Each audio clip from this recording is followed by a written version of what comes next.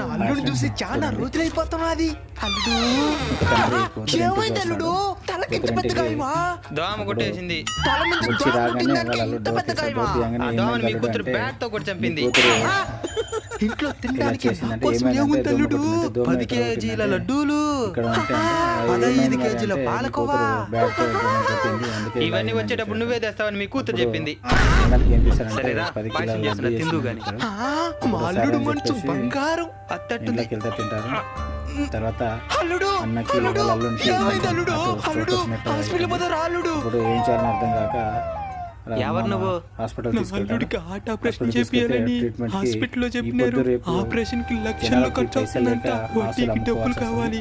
ఆస్తి ఎంత ఉంది? మాది మధ్య తరగతి బతుకులు, చెప్పుకోదగ్గ ఆస్తులేమి లేవు. దయచేసి డబ్బులు ఇవ్వండి, ఎలాగైనా తీర్చేస్తాను.